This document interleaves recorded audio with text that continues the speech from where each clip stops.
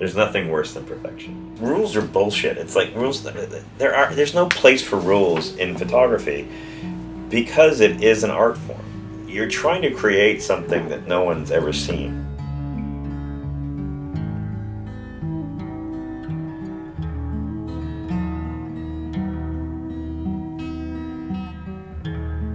So I go to camera flea markets, and I buy, 4 or 5 lenses at a time. Someone says, I dropped this in a pool, or it's got this weird flaw in it. It's like, it's okay.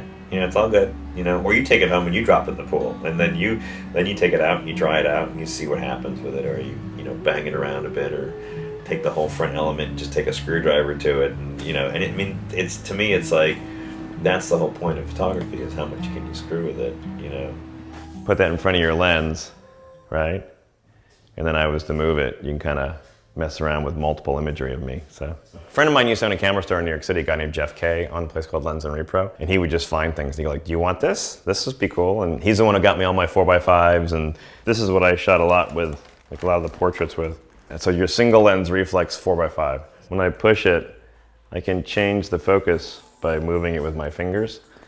My digital tech, Ron Brown, he took a new Hasselblad lens, hollowed it out, and then he glued these lenses into them.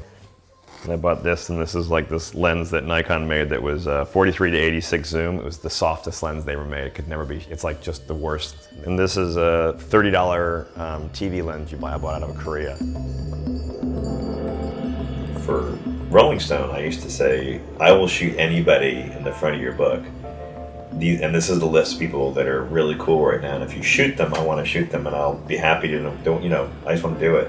And at the time, I was doing covers for them or features for them, and they didn't think I wanted to step back and do quarter pages. And I would, just to be able to shoot. So I got to shoot like Paul Westerberg and Morphine and a lot of bands that just no one gave a shit about. But then it was funny because then meeting them, then they would hire me to do their album cover. So it was kind of and I didn't do it for the reason of that, but it kind of seemed to happen that way. I worked with Springsteen, and he asked me if I would come up with ideas for album covers. This is a piece of paper that I torn off a wall when we were shooting in Camden, New Jersey. And I went around and shot all these things, and when I was there, I kind of grabbed pieces of paper, and then when I shot them, I tried to incorporate them back through so they felt like the textures of the street, doing that kind of thing. So, shooting music as it moved to album covers is that, they never want one idea shooting an album cover, they want multiple ideas shooting album covers. So you can do a lot of different styles. You could use a plastic camera, and you could use a good camera, and you can use large format, medium format, small, anything you want to do.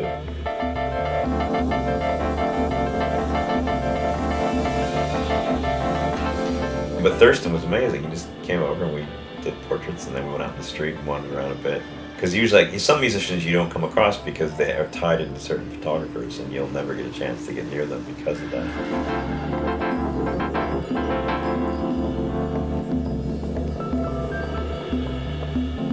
Somebody calls you and says they want you to take a picture out of nowhere. You've never worked for them. And your immediate reaction is like, holy shit, I'm doing this job. I got hired to be a photographer, and then you show up. And instead of just being who you are in that moment, you're more worried about to make the person happy or what it is, or to look for the most obvious. And I always say to people, when you do that, then fine, walk in and do the most obvious picture. Take 2 seconds, do the obvious picture, but then do 180 degrees in the completely opposite direction. And then you'll have these 2 pictures, and you'll start getting into a rhythm of what it is you're trying to see. And that's a hard thing to do, because you're, as a photographer, you want to get hired again. But I can guarantee you, if you walk in the door and just do the basics for somebody, they're not going to hire you again. So it's like they'll say to you, I have to photographically solve the problem.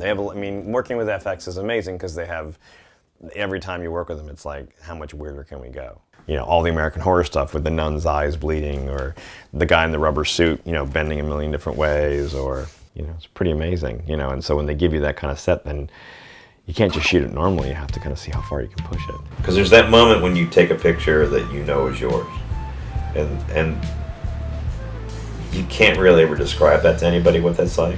Everything from the lack of focus, to the flare, to the richness, to the feeling, to pull the negative, to look at the picture. Everything about it suddenly made sense.